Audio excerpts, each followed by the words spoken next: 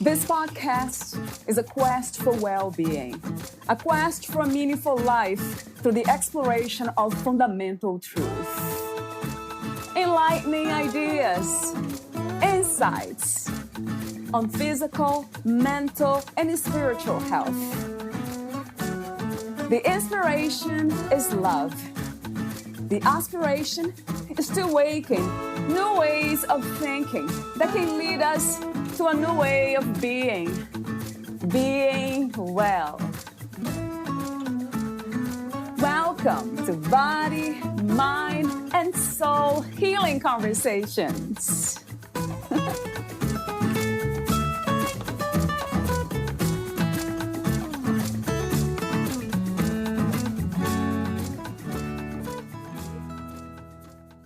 Food, eating, and managing our weight don't have to be so much work for so little payoff. When you finally decide that you are not willing to spend any more of your life going on and off diets, white-knuckling it through potluck dinners, and avoiding the world because you are so uncomfortable with your weight, then you are ready to try something new. Dr. Candice's program can be that something new for you, and it can bring with it peace of mind about your weight, lasting success, and the satisfaction of knowing that you turned your back on the dieting that led you astray for so many years. This can be the beginning of a much happier, much healthier life.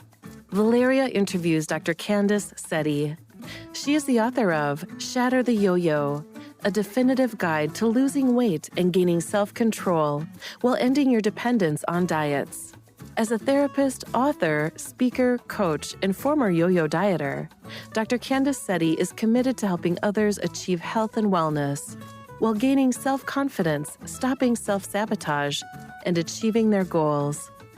Dr. Seti maintains a private practice in San Diego, California, where she works one-on-one with individuals, helping them understand their maladaptive behaviors and thought patterns while replacing them with a healthier perspective that allows them to overcome self-sabotage and thrive in their lives.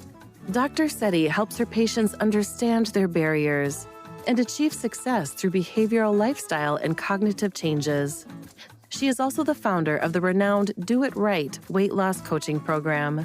Known as the weight loss therapist online, Dr. Seti is a licensed clinical psychologist, certified nutrition coach, certified weight management specialist, certified expert life coach, certified personal trainer, certified stress management specialist, and certified insomnia treatment clinician. She is also a featured contributor to numerous blogs, including MyFitnessPal, Aptiv, and Beachbody, and has appeared on Fox 32 Chicago, Las Vegas Morning Blend, CBS 8 Morning Show, NBC Palm Springs, and Fox Austin.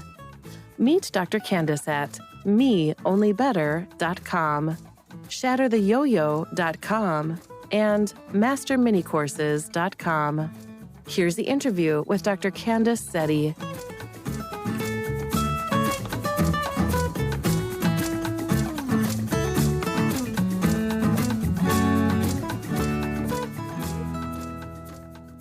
In your own words, who is Dr. Candice Seti? Who am I? Well, I am a licensed clinical psychologist, first and foremost. And I mean, I have a host of other titles just that I've gotten in kind of pursuit of my education to kind of be more well-rounded in the work I do.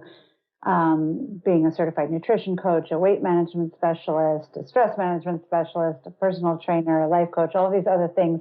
But they're really just to support the work I do as a clinical psychologist, because I work with individuals in my practice one-on-one, helping them understand their maladaptive behaviors and place them with healthier perspectives that allow them to kind of thrive in their lives and in whatever way that needs to happen, whether it's about self-care or weight loss or wellness or sleep or menopause or binge eating or insomnia or whatever it is.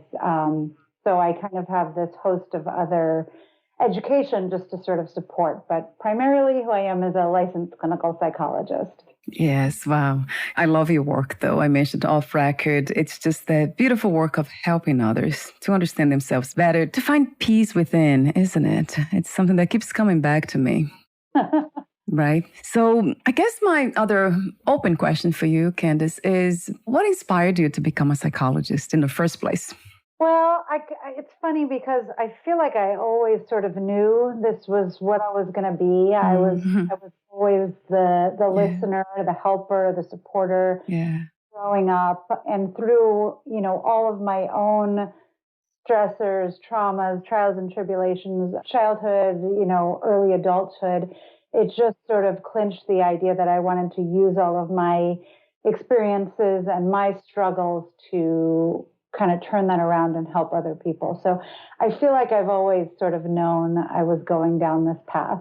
Yes. In a way, it feels like a calling, doesn't it? Some people, they call it, purpose, mission, but it's something that resonates with us. I feel it's a principle to live by, to do something that it feels true to us. I think for me has been like my guiding principles from that place of truth. Like, what is my truth? It took me a while, though. And that takes a while for most people, from what I see, too. And I guess it keeps changing as well, right, Candice? Evolving.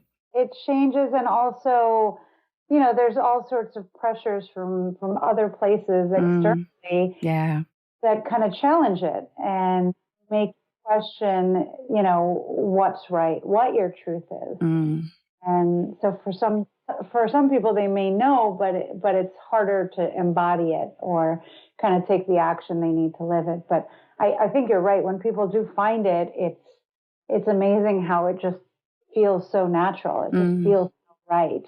Yes, yeah, that's it. Yeah, it feels very natural, right? The other question, I have too many questions here for you, like the initial questions. Yeah, I'll ask you this one. These days, what is your idea of health? What is to be healthy and well? How would you define that? That's a big question. I feel like going back to what feels natural, there's a little bit of that in it in terms of kind of what feels right for you, what feels synchronous for you, what makes you feel good is generally what's healthy. And it's funny because I talk about food with people a lot, obviously. And people may talk about like ice cream or pizza, things that make them feel good, but when they dig down into it, they actually realize that those are not the things that make them feel. There are things that may make them feel distracted or make them feel comfortable for a short period of time. But, when they look at it overall, it's usually things that make them feel bad. And generally the things that make us feel good, that make us feel calm, make us feel happy, make us feel joy, make us feel warmth, make us feel love, these are the things that generally embody wellness in my perspective. It's just, for most people, a question of being able to identify what those things actually are, because so many of us are disconnected from it.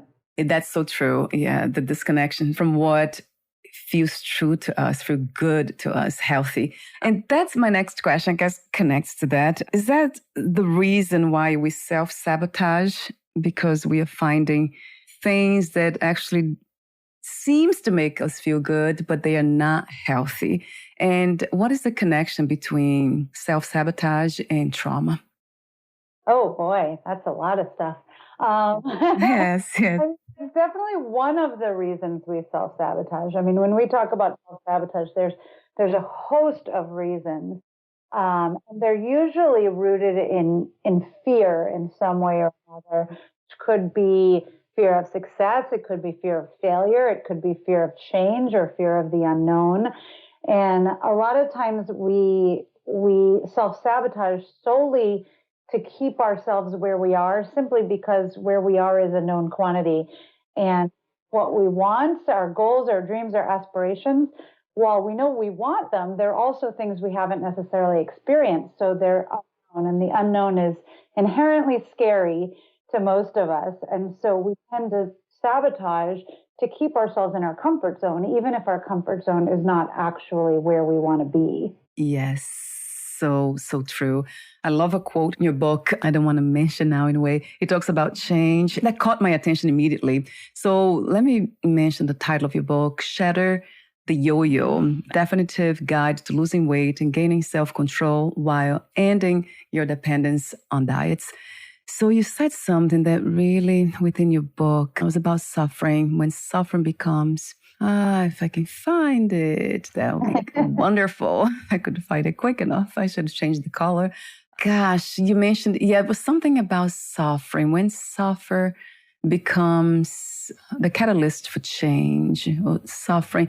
I can't find that quote now. I wish I could. Oh, I didn't. Yes. I guess you don't remember that either. By Candice, right? So we're just here. Yeah. There's something about suffering. And I'm wondering here if there's something about that when we had enough in a way. Oh, yes, I found it. You quoted Robert Anthony. You said it becomes more difficult to suffer than to change. When it becomes more difficult to suffer than to change, we will change. Yes.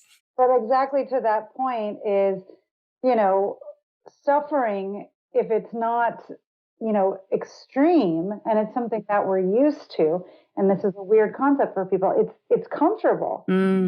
It's fun if we're always suffering. And so we need something to change or for that suffering to be harder to experience than the change does in order to kind of create that catalyst for change. Right. Yes. Yeah. Beautifully said. Yeah. Wisely said too. Yes. So the book that you have written, I believe this is the last one, Shatter to the Yo-Yo, but you have written two other books. One is the Sabotage Behavior Workbook and another one, Weight Loss and Wellness. So I want to mention those two titles as well. So talk to me about the main, I would say, purpose of writing Shatter the Yo-Yo. Well, the idea is, it's basically just an extension of the work I do one-on-one with individuals, but, working, anybody who works one-on-one in a direct service capacity, there's only so much of you and so many hours in the day. Yeah. And so you can only reach so many people. And the idea behind the book was, to kind of take what I do and be able to reach a wider audience and be able to kind of impact so many more people because, it's such a massive phenomenon, the idea of diet dependence and that idea of feeling stuck and not knowing how to manage your weight without being on a diet. And, the idea was simply to be able to get that out to more people that way. Mm-hmm. So that's kind of how it came about. And I just sort of took, a very step-by-step approach to it so people could kind of follow along in their own way and kind of build on their successes as they work through the book. Yes, you did a beautiful job with that. It's very interactive, so it becomes fun that way. I guess that was my perspective when I was reading it. Like it was... Oh, that's good. Of course, I was not really in this moment. Let's say everything could change, right? We never know. I didn't have to use the content, but it felt very inviting and warm. Oh, good. Well, that's nice to hear. Yeah, that was beautiful. I love seeing how, so many human beings that I'm in touch with, they just find this creative, beautiful ways to help others. It opens my heart every time I see it. It's that effort to help the other to live a more peaceful life, to live a happier life. There's something about that from my perspective, it sounds and feels very spiritual. And I know that's something that most people even don't want to kind of make that connection. But for some reason, I automatically do. Like, oh, that's so spiritual. Do you have any, say, spiritual concepts of yourself in life? Or this is just something that you do from the heart and from what you know to be true to you? Well, when you talk about doing something from the heart and doing what you know to be true to you, it's really hard to separate that. Yes, what Candice. is spiritual for you, right? Yes. Yes. And so I feel like anybody who's, acting from the heart and doing what feels right for them, what is about helping. There's just an inherent, regardless of what you believe, there's an inherent spirituality to that, just in the way human beings connect. Yes, 1 billion times. Yeah, to that. And speaking of connection, and the topic of this episode is healing your relationship with food.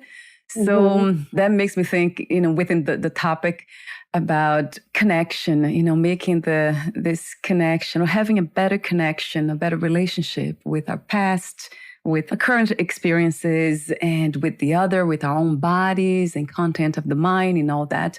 For me, my main practice now is acceptance, just to be at peace with whatever is happening, whatever is present.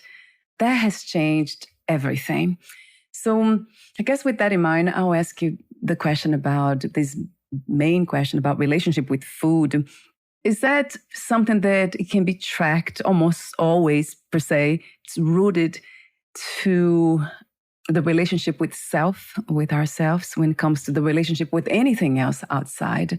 I'm wondering if you can make this statement. It's almost like an ending, final statement, which I know it's not. It's always ongoing. But talk to me about that, Candice.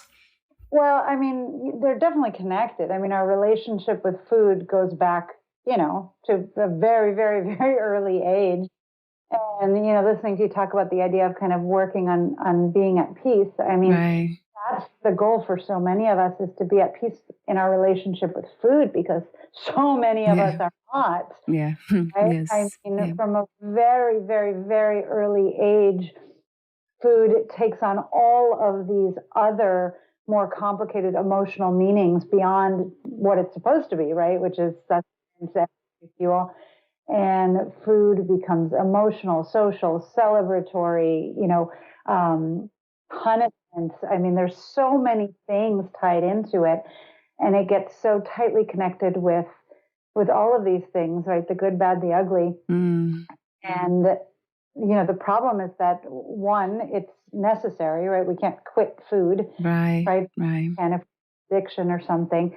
And for most of us, I mean, fortunately, food is always accessible. So it becomes really easy to use and keep using for distraction, avoidance, self-soothing, emotional withdrawal, all of that stuff. And then you compound it all with the diet industry and the obsession on weight loss and body image and, achieving sort of ideal.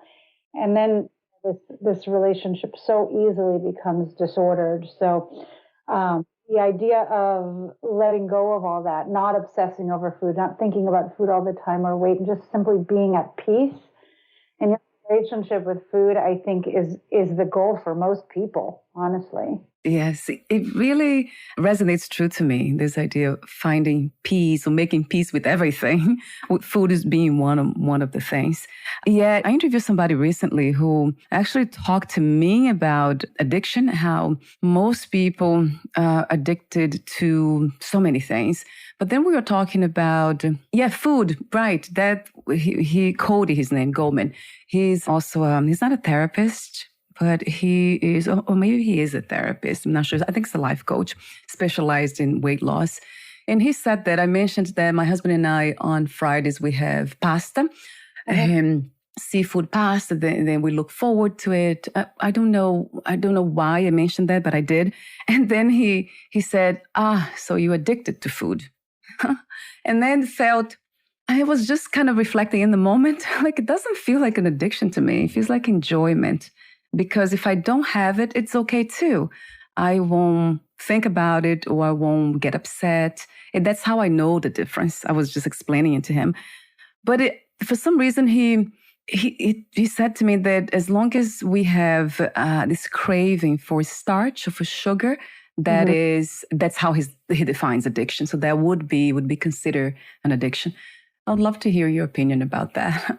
Well, I'm not so sure I agree with that one, but when it comes to addiction of any kind, right, there are so many different perspectives and mindsets on it. I always think it comes down to impairment and impact. And, does it cause negativity in your life? Does it impair your life in any way? Is it causing problems or stressors for you? If you're telling me we look forward to and enjoy our seafood pasta on Friday nights and it's pleasurable and positive and there's no negative coming from that, I see why that's problematic or why that would even need to change. So not sure I see that as an issue, but there are plenty of people who will talk about food and talk about obsession and overthinking and feeling like food overpowers them and, they can't stop thinking about it or they can't ever be around that food or have that food in the house because they'll binge and go overboard. And that's when you start to see problematic issues and things that you really do need to work on changing. But I mean, personally, I wouldn't be very concerned about your pasta. Thank you for saying that. Well, of course, yeah, I knew that. Thank you for the confirmation. But yes, that was an interesting conversation. I guess he was making a point about addiction in general, that the body biologically kind of gets attached to certain things, and we are not even aware psychologically of these attachments. Well, I mean, as human beings, we're also very much creatures of habit, yeah. and our bodies in general kind of thrive on routine, oftentimes in a positive way, where, the more we kind of keep a routine, the more our bodies tend to fall in line. Our sleep-wake cycles are all governed by routine. Our eating cycles are all governed by routine. So there's a lot of positive to it. But, I mean, to his point, I can imagine you can also see how it can create negative as well. Yes, right. It's an interesting balance, right? It's trying to find that balance. And I always go back, Candice, to understanding myself, the self, and self-knowledge, self-trust is very important to me. Mm-hmm. So I always go back to that as a reference. But I would love to talk to you about your own story, your own yo-yo dieting story. That would be an interesting content for the listeners to hear. I obviously came to this field through my own experiences. And I was one of those people that, my youth was not, dieting or any of that kind of stuff. Like I was just, skin and bones growing up, like, until probably early 20s when I started to gain weight. And I wasn't even aware of it in the beginning until it became kind of an issue. My clothes stopped fitting, all of that, classic story stuff. And, like everybody else on the planet, when you think, oh, I need to lose weight, you immediately think, well, that means I need to go on a diet. Mm-hmm. Yeah. So I went on a diet. I did one of the, well-known structured diet programs. And of course, I lost weight because that's what you do on these programs. And so I thought it was great. And I was very happy with it and went off of it. And then, of course, slowly the weight started coming back. And I went back on the diet. And, a few rounds of that, and you start to think, oh boy, here I am. I'm diet dependent. This is what I do. I yo-yo. And, I was fortunate to only have done it for a short period of time. I mean, there are people who have done it for 20, 30 years. And, when I realized that was happening to me, I wanted to do something about it. And so I kind of put myself under a microscope to say, what's going on with me? How am I using food? What are my issues? What are my thoughts? What are my behaviors? What are my lifestyle factors that are contributing to this? And that's where I made change and have, sustained that change now for 20 plus years. And it became the impetus for me kind of shifting gears in my business because I realized so many of the people I worked with were struggling with the exact same thing. And nobody was saying, here's what to do instead of on a diet. And so I wanted to help people find ways to actually get in touch with themselves and understand their own behavior, again, their own relationship with food, to be able to design something for each one of them that really spoke to them in a way that allowed them to understand themselves and make meaningful, sustainable change instead of this temporary on and off a diet fix that so many people get stuck in. Yes. Yeah, I used to do that too. Not for losing weight, but just staying fit. I remember obsessing over food in a sense of what not to eat and having the unhealthy relationship with food. So these days, Candice, what does it look like, your relationship with food in a sense of habits and the way you look at it, the way you dance with food? I would love to hear a bit more about that. Well, I think it's a lot more mindful, a lot more intuitive. I mean, I have a lot of awareness and connection with food and how it makes me feel, emotionally, physically. I have a lot more awareness of my body's needs, of my hunger, of my satiety, of, really being respectful and honoring that. The idea of embracing, what food is supposed to do for our bodies and how it takes care of us. Yeah. And, continually being aware of how I may be attempting to use food emotionally and catching that, paying attention to that and responding to that in a healthier way, actually dealing with my emotions instead of avoiding or ignoring or turning to food to deal with them. So I feel like all those things are kind of a part of my life now, and they weren't way back when. Yes. So that's a big one, right? Eating emotionally. Mm-hmm. That makes a lot of sense to me. I usually do that. And I cannot call it emotionally, might be when, I think women in general might do that when we have a period, when it's about to come. There's something about the body change and it craves certain things. Yeah, our bodies needs change. And, for a lot of people, it's about knowing that, tracking that, and responding to that in a healthy way instead of letting it overpower us. But again, it's all about kind of learning yourself and your body, really examining it, paying attention to it, understanding it, and then responding. Yes, that's true. And there's something you talk about in your book that caught my attention. It made me laugh too. Huh? You said about the ice cream, chapter 8, from restriction to permission. Yes, ice cream can really be a regular part of your life. So how do we learn to make peace with ice cream and pizza? I think I use that in the book of using about me in my own personal example. But really what I was talking about, I think in that chapter, is the impact of restriction and how, restricting food in particular is a good way to give it absolute power over us. Restriction equals power. Restrict something like, say, pizza. I can never have pizza again. Yes. Make pizza the most powerful force in our universe. So if we ever are alone with a pizza, we don't just have a slice of pizza. Pizza. So a good part of healing the relationship with food is taking that restriction away and learning how to live in a healthy way with that food, learning how to live in a moderate way with that food. And it takes some time and it takes some tweaking and some adjustments. But over time, most people are able to get there in a way that they feel pretty good about. Yes, it's so true, though. Remember a time I was doing the fitness competition. I used to do that. And because I was restricting myself for so long, about 3 months in preparation. And then after I would be eating everything. I mean, a whole bag of chips. I cannot even imagine now doing that. But I remember eating even a whole jar of peanut butter. I remember that too, which is really unhealthy in a way for the heart. So that came exactly from that. Yep. Restricting the body. Yeah. I was starving the body, really. Another thing is, you talked about in the book, chapter 3, keys to success: change your focus, change your thoughts, and change your life. And then I see here that you talked about, I think one of the things that caught my attention, you talk about self-care. I think it was on chapter 5. Yeah, it's not all in your head, how biology keeps the yo-yo going. And you talk about taking care of the body, or giving the body what it needs. And you mentioned sleep, water, and managing stress, and much more, of course.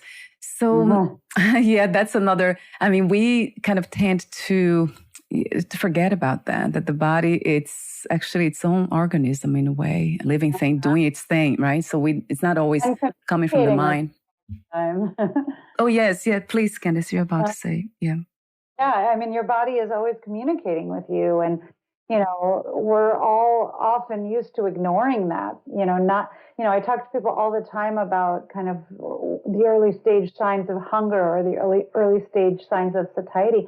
And most people don't know what they are because they're not paying attention. They know when they're very, very hungry, or they know when they're very full, but they might not know what that looks like in those initial phases. So how can we respond to that if we're not even paying attention to it? So self-awareness, right? It goes back. I hear that over and over again. It's not an overstatement, right, Candice? To be aware, self-awareness. Yeah, exactly. So we're almost at the end. I have so many questions now. So too many things here. So one of the things that caught my attention too, among so many other points in your book, was the saying goodbye to our diet language.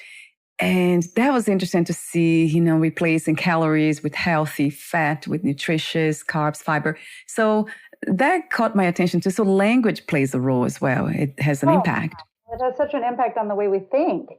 And, people who have been chronic yo-yo dieters, they have dieting language, right? They calories and points and macros and all of these ways that they look at things.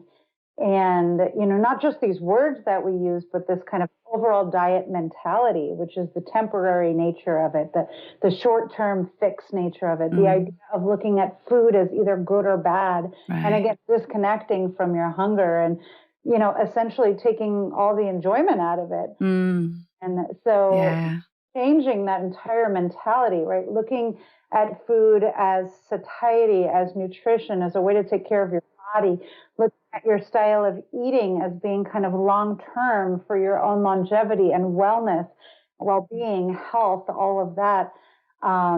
And kind of embracing that is a huge component to healing your relationship with food. Right. Well, what's not to love about your wisdom and your knowledge about this topic? Thank you. You're very clear. Thank you so much, Candice, for what you do. We are almost at the end, so I want to mention some of the other parts in your book that caught my attention. Understanding automatic thoughts that caught my attention too. That was a very, very formative and insightful passage part in your book. And then you have the power of habits too. Of course, I love the power of self-care. That's another one.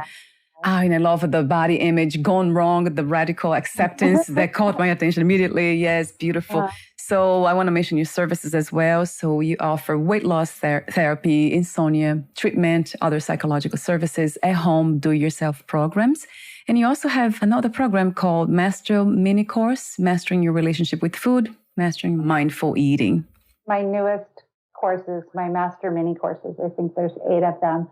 And they're all about kind of giving you a kind of deep but quick deep dive into some of these topics for people who maybe don't want to take on like an 8-week course, but just want to kind of jump in and, get a quickie program on healing their relationship with food or portion control or food prep or something like that. So I've put together what I think are some kind of fun new mini programs in there. Wonderful. I'll have the link on this podcast profile.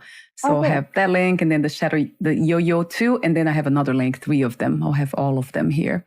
So we're almost at the end. Is there anything that you left unsaid, anything that you'd love to share before we say goodbye for today, Candice?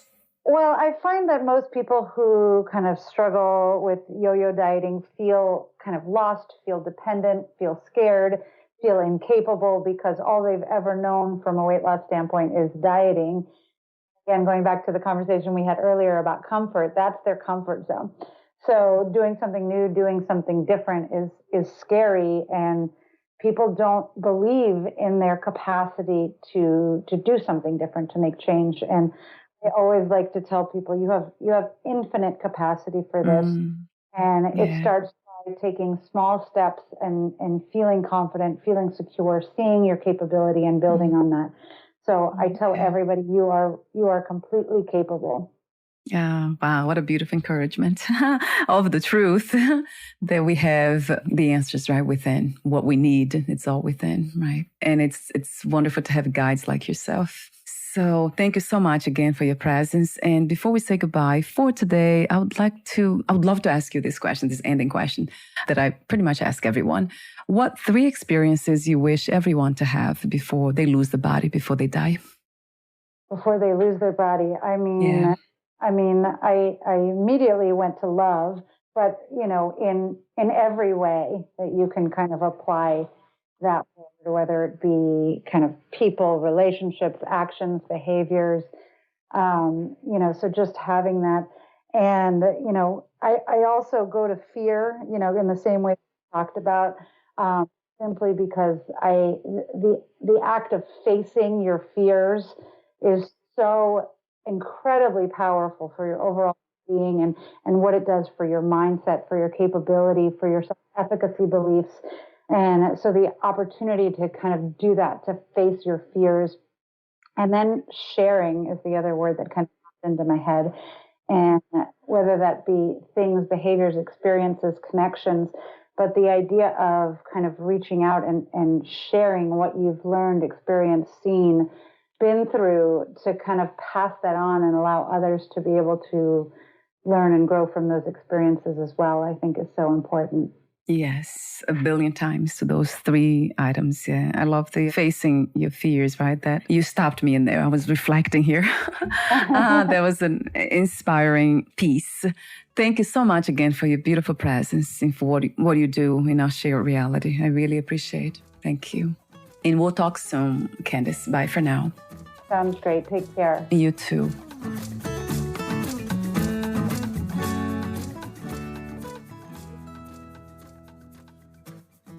Thank you for listening. To learn more about Dr. Candice Seti and her work, please visit meonlybetter.com, shattertheyoyo.com, and masterminicourses.com.